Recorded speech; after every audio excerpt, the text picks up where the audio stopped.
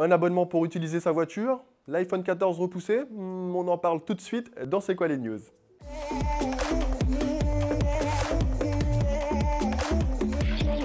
Salut YouTube et bienvenue dans ce C'est quoi les news, l'émission qui revient sur l'actualité de la semaine.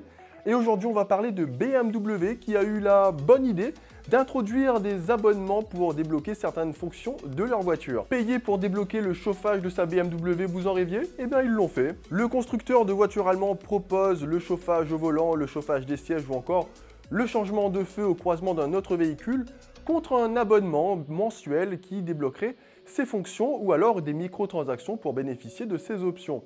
Alors on connaissait déjà l'abonnement du côté de Tesla aux États-Unis qui proposait un abonnement pour avoir le pilotage automatique, mais là on parle d'une option à 10 000 $.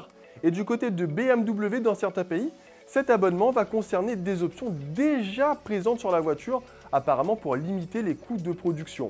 Et alors là je ne sais vraiment plus quoi dire, je ne pensais pas voir ça un jour si ce n'est dans une blague. Dites-moi dans les commentaires ce que vous en pensez, moi je suis vraiment désabusé avec la tournure que prennent toutes ces histoires de microtransactions, d'abonnements, etc. C'est n'importe quoi. Et alors que l'on attend impatiemment l'annonce de l'iPhone 14 et la nouvelle révolution, il se pourrait que les utilisateurs d'iPhone attendent un peu plus longtemps que prévu. Et alors que le nouvel iPhone sort chaque année au mois de septembre, on a appris récemment par un spécialiste de l'écran que l'iPhone 14 et plus précisément l'iPhone 14 Max rencontrerait des soucis de production depuis le mois de mai. Des iPhone 14 Max qui seraient donc en retard vis-à-vis de la sortie en septembre. Reste à savoir maintenant si c'est ce modèle précis qui sera repoussé et en retard ou alors si cela va décaler toute la sortie de la gamme d'iPhone pour cette année. Bon, j'ai l'impression que je ne vais pas changer mon XS Max de sitôt. Après Apple, on parle maintenant de Microsoft et plus précisément de Windows.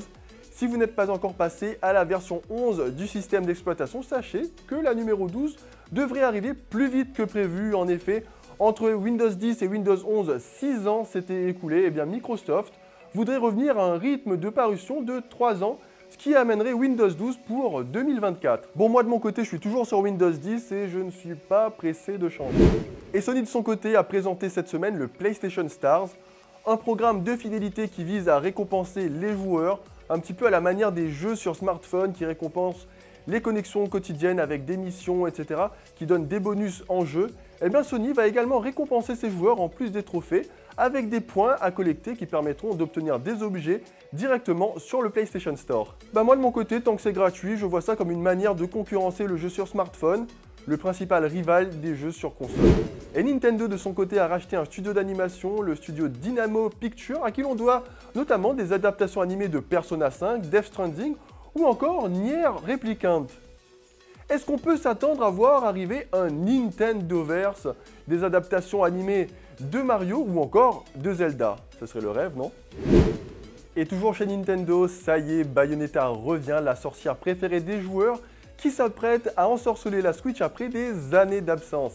Le troisième volet des aventures de Bayo va débarquer le 28 octobre sur nos Switch pour le plaisir des joueurs.